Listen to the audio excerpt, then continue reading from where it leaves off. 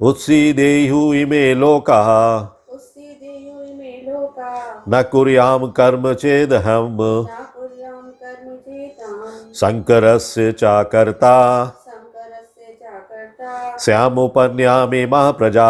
स्यामुपयामुयमा प्रजा। भावार्थ।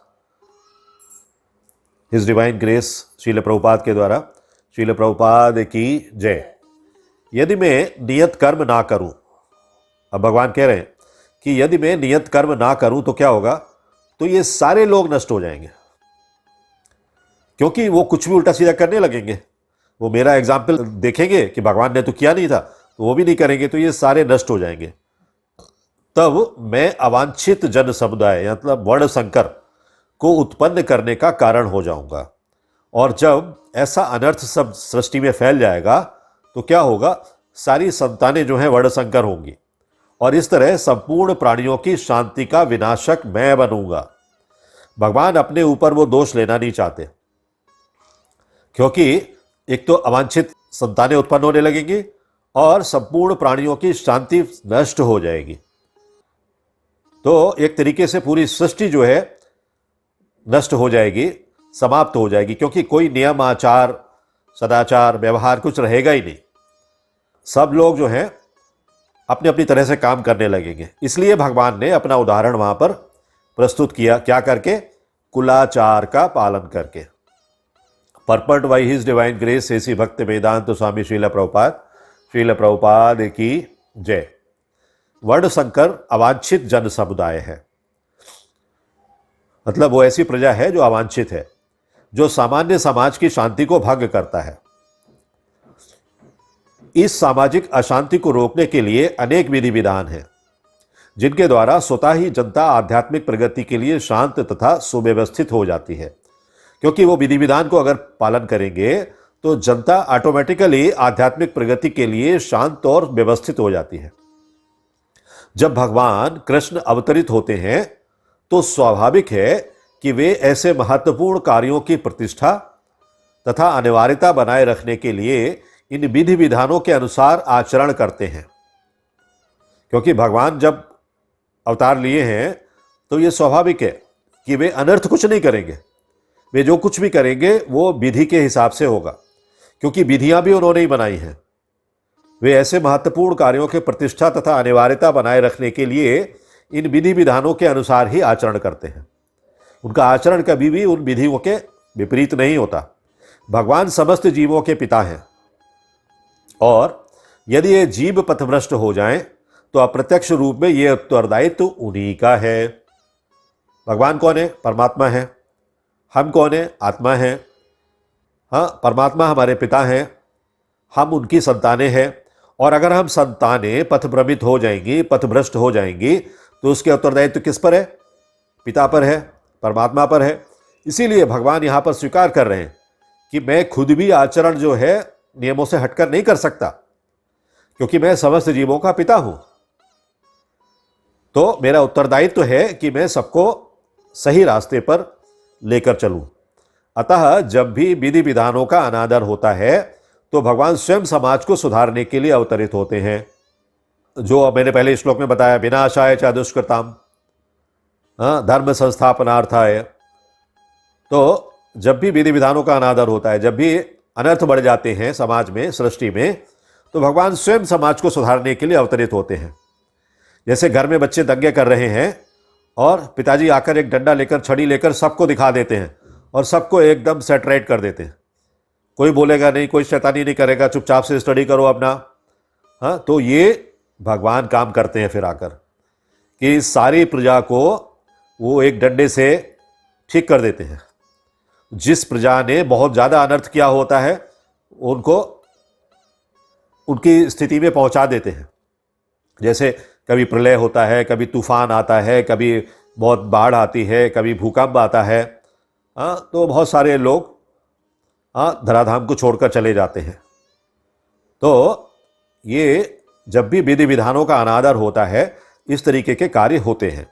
किंतु हमें ध्यान देना होगा कि यद्यपि हमें भगवान के पद चिन्हों का अनुसरण करना है, ध्यान देने वाली बात है। यहां प्रभुपाद जी लिख रहे हैं कि यद्यपि although we have to follow foot steps of Krishna, तो भी हम उनका अनुकरण नहीं कर सकते।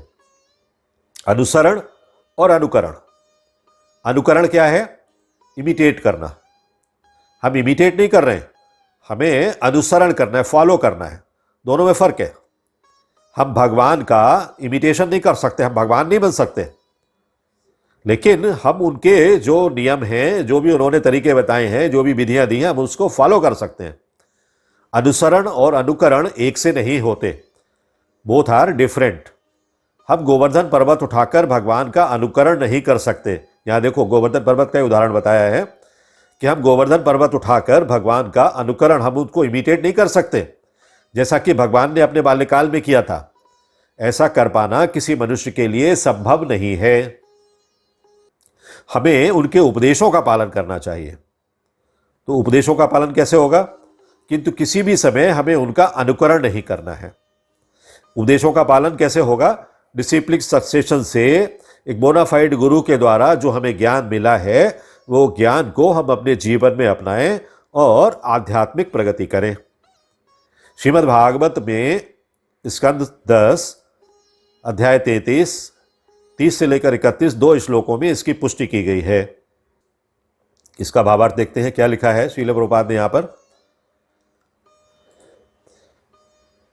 श्रील प्रभुपाद लिखते हैं कि मनुष्य को भगवान तथा उनके द्वारा शक्ति प्रदत्त सेवकों के उपदेशों का मात्र पालन करना चाहिए। मनुष्य को क्या करना चाहिए? भगवान के उपदेश और उनके द्वारा शक्ति प्रदत्त जो पावर्स डेलीगेट कर दी हैं उन्होंने अपने जूनियर्स को, सर्वेंट्स को, उनके उपदेशों का पालन करना चाहिए। अब आप पूछेंगे कौन है जूनियर्स? जैसे वरुण देवता हैं, सूर्य देवता हैं, या चंद्र देवता हैं, या पवन देव हैं, या अग्नि देव हैं, या दुर्गा माँ हैं। ये सब भगवान के अधीन काम कर रहे हैं। तो भगवान के अधीन काम करने वाले ये लोगों के जो आदेश हैं, इनको हमें पालन करना चाहिए। उनके उपदेश हमारे लिए अच्छे हैं और कोई भी बुद्धिमान पुरुष बताई गई विधि से उनको कार्यान्वित करेगा। कोई भी बुद्धिमान व्यक्ति बताई गई विधि से उनको अप्लाई करेगा अपनी लाइफ में, क्योंकि वो उपदेश हमारे जीवन के लिए अच्छे हैं। फिर भी मनुष्य को सावधान रहना चाहिए। मनुष्य को सावधान रहना चाहिए कि वो उनके कार्यों का अनुकरण ना करे, कार्यों को इमिटेट ना करे। भगवान ने इतनी लीलाएं की हैं, इतने दानवों को मारा है, कंस को भी मारा उन्होंने, बहुत सारी लीलाएं की, लाखों गायें चरा के जाते थे। लेकिन हम लाखों क्या एक भी गाय चरा सकते हैं क्या? नहीं चरा सकते। क्या हम वैसी बंसी बजा सकते हैं जैसे भगवान बजाते थे? तो कहते हैं कि भगवान जब भी शाम के समय पर गोधूली बेला में गाय चराकर कृष्ण और बलराम और सारे गोप और गोप कुमार लौटते थे, तो गोपियां और सारे ब्रजवासी लोग उनका इंतजार करते थे। क्यों इंतजार करते थे? क्योंकि उनकी जो बंसी की धुन है वो उन्होंने दिन भर सुनी नहीं थी, और वो बंसी की धुन सुनने के बाद और उनका दर्शन करने के बाद उनकी सारे दिन भर की थकान निपट जाती थी, सारी थकान, और फिर वो अपने कार्यों में लग जाते थे। तो भगवान का एक क्षण देख लेना, निगाह उठाकर, वो बहुत था। भगवान सबकी तरफ ऐसे मुंह घुमाते हुए निकल जाते थे। किसको देखा किसको नहीं देखा ऐसा लोगों को लगता था, लेकिन भगवान तो भगवान है, वो सबको देखते थे, कौन है कौन नहीं है। तो व्यक्ति को क्या करना चाहिए? उसे शिव जी के अनुकरण में विश्व का समुद्र नहीं पी लेना चाहिए। यहां दूसरा उदाहरण दिया है। पहले दिया था कौन सा उदाहरण? गोवर्धन पर्वत उठाने का। यहां दिया है शिव जी का उदाहरण। तो शिव जी ने जैसे समुद्र से विष निकला और उन्होंने पी लिया, लेकिन क्या हम लोग एक भी बूंद वो विष पी सकते हैं? नहीं पी सकते। तो हमें अनुकरण नहीं करना है, लेकिन अनुसरण करना है। अनुसरण किस चीज का करना है इस मामले में, शिव जी के मामले में? कि विष जैसी जो भी चीजें हमारे जीवन में आए उनको हमें आत्मसात कर लेना है, अपने अंदर एब्जॉर्ब कर लेना है। उनसे होने वाले दुख हमें प्रकट नहीं करने हैं दुनिया के सामने, क्योंकि दुनिया उन दुखों को देखकर हंसी बनाएगी, उन तकलीफों को देखकर हंसी बनाएगी। अगर हम एब्जॉर्ब कर लेंगे और भगवान की आध्यात्मिक सेवा में लगे रहेंगे तो भगवान हमें उन दुखों को सहने की, बर्दाश्त करने की शक्ति देंगे। तो हमें सदैव ईश्वरों की या सूर्य तथा चंद्रमा की गतियों को वास्तव में नियंत्रित कर सकने वालों की स्थिति को श्रेष्ठ मानना चाहिए। जो मानव लोग हैं, जो ह्यूमंस हैं इस पृथ्वी लोक में, इन सबसे ऊपर ही है ये सूर्य, चंद्र और ईश्वर और सारे डेमिगॉड्स। ऐसी शक्ति के बिना कोई भी सर्वशक्तिमान ईश्वरों का अनुकरण नहीं कर सकता। जब तक कि उसको ऐसी शक्ति नहीं मिली हुई है, कोई भी सर्वशक्तिमान, ये जो ईश्वर हैं जिनके मैंने पहले चर्चा की है, ये सब सर्वशक्तिमान है। उनको शक्ति कहाँ से मिल रही है? भगवान से मिल रही है। कोई भी उनको इमिटेट नहीं कर सकता। शिवजी ने सागर तक के विष का पान कर लिया, किंतु यदि कोई सामान्य व्यक्ति विष की एक बूंद भी पीने का यत्न करेगा तो वो मर जाएगा। शिवजी के अनेक छद्म भक्त हैं। अब देखिए यहां पर दूसरा उदाहरण बता रहे हैं। शिवजी के ऐसे बहुत सारे भक्त हैं जो आपने देखा होगा कि गांजा और ऐसी ही अन्य मादक वस्तुओं का सेवन करते रहते हैं। लेकिन क्या शिवजी ने कहा है कभी किसी भी श्लोका में, किसी भी ग्रंथ में कि मेरी भक्ति करनी है तो आप इन सब का सेवन करो? नहीं कहा है। किंतु वे ये भूल जाते हैं कि इस प्रकार शिवजी का अनुकरण करके वे अपनी मृत्यु को निकट बुला रहे हैं। शिवजी डेमीगॉड्स हैं। ब्रह्मा जी की भ्रकुटी से जन्म हुआ है उनका, और ब्रह्मा जी भगवान के कमलनाल से निकले हैं। तो ये जो श्रेष्ठ डेमीगॉड्स हैं उनकी हमें कॉपी नहीं करनी है, क्योंकि हम कॉपी करने के काबिल ही नहीं है। We are not eligible, we are not well qualified. तो इसी प्रकार भगवान कृष्ण के भी अनेक छद्म भक्त हैं। अभी शिव जी के बताया उन्होंने। इसी तरीके से छद्म भक्त का मतलब क्या है? फेक डिवोटीज हैं। शिव के भी फेक डिवोटीज हैं और कृष्ण के भी फेक डिवोटीज हैं, जो भगवान की रासलीला या प्रेम नृत्य का अनुकरण करना चाहते हैं, किंतु भूल जाते हैं कि वे गोवर्धन पर्वत को धारण नहीं कर सकते। कहते हैं भगवान ने रास किया तो हम क्यों नहीं करें? भगवान ने रास जैसे किया, 16,108 रानियों के साथ एक ही समय पर वो उपस्थित रहते थे। कैसे रहते थे? ये भगवान की लीला है, जो कोई भी कॉपी नहीं करना चाहिए। अगर वो कॉपी करेगा तो समझ लो उसका अंतिम समय नजदीक आ गया। तो अतः सबसे अच्छा तो यही होगा कि लोग शक्तिमान का अनुकरण ना करके, शक्तिमान कौन है? भगवान का अनुकरण ना करके उनके उपदेशों का पालन करें। जो कुछ भी उन्होंने उपदेश दिए हैं अपने, उसका पालन करें। नहीं बिना योग्यता के किसी को उनका स्थान ग्रहण करने का प्रयत्न करना चाहिए। भगवान का स्थान कोई ग्रहण कर सकता है? कोई नहीं कर सकता। भगवान का स्थान अगर कोई ग्रहण करने की कोशिश करता है तो वो महामूर्ख है। वो कहता है कि मैंने इतने वेद और ये सब पुराण सब पढ़ लिए हैं, सब व्यर्थ है, कुछ नहीं पढ़ा है उसने। हाँ, भगवान एक ही लाइन में बता देते हैं कि जो मेरे लिए समर्पित हो जाएगा मैं उसकी रक्षा करूंगा। तो भगवान क्यों नहीं उसकी रक्षा कर रहे? क्योंकि वो समर्पित ही नहीं हुआ। तो ऐसे अनेक ईश्वर के अवतार हैं जिनमें भगवान की शक्ति नहीं होती। वो सिर्फ अवतार बोलते हैं अपने आप को, मैं अवतार हूं, अवतार हूं, अवतार हूं। भगवान तो कभी बोलने नहीं आए कि मैं अवतार हूं। हाँ, जब वो ब्रज में लीलाएं कर रहे थे, कभी उन्होंने नहीं कहा कि मैं विष्णु का अवतार हूं। किसी भी घटना में, किसी भी पास्ट टाइम्स में आप बता दो कि उन्होंने कहा हो। लेकिन मैया ने जब पूछा कि मुंह खोल कर दिखाओ, तुमने माटी खाई है कि नहीं खाई है, तो उन्होंने मैया को मुंह खोल कर दिखा दिया। और मैया ने वहां किस चीज का दर्शन किया? संपूर्ण ब्रह्मांड का दर्शन किया। और उसमें उनको तमाम सारी सृष्टियां, ग्रह, नक्षत्र, पहाड़, पर्वत, नदियां, ये वो सारी चीजें दिखाई दी। तब उनको एहसास हुआ कि नंद बाबा जो कहते हैं कि हमारे घर में साक्षात भगवान है, वो बात सही है। तो भगवान ने फिर भी कहा कुछ नहीं था, उनको सिर्फ एक झलक दिखा दी कि तुम मुझ पर डाउट मत करो, मैंने मिट्टी विट्टी नहीं खाई है। तो अभी हम इसके थोड़ा सा तात्पर्य को फिर से और आगे देखेंगे।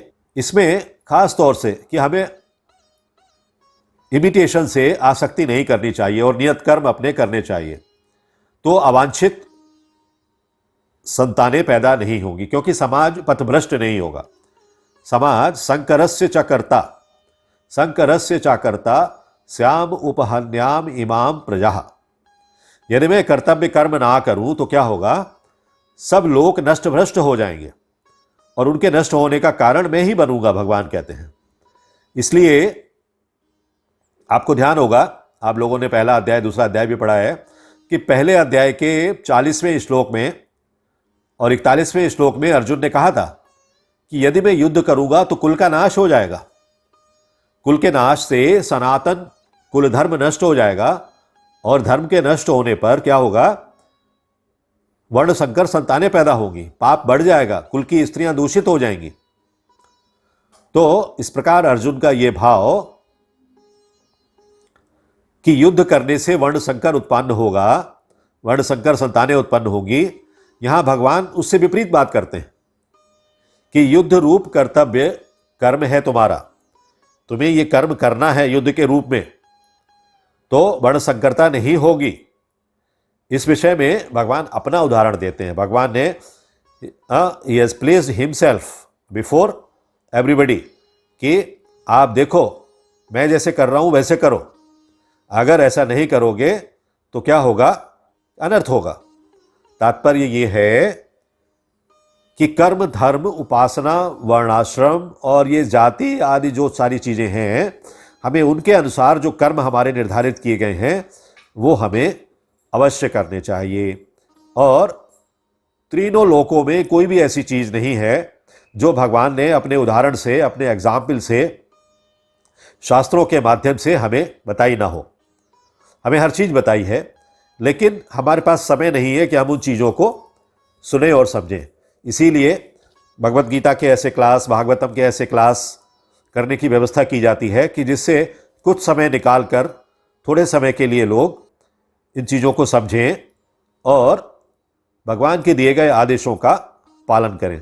भगवान क्या कहते हैं कि समस्त प्राणी मेरे ही अंश हैं, इसलिए उनको मेरा अनुसरण करना चाहिए। अगर वो अनुसरण नहीं करेंगे तो दोष किसके ऊपर आएगा? मेरे ही ऊपर आएगा। तो कर्तव्य कर्म जो है अपना निष्ठापूर्वक करो, इसकी उपेक्षा मत करो। हरे कृष्णा कृष्ण कृष्णा हरे हरे, हरे Ram Ram Ram Hare Hare. If you like this video, press the like button and share it with your family and friends. If you want to watch more such videos, please subscribe to our channel, and for getting updates, press the bell icon. Hare Krishna, Hare Krishna.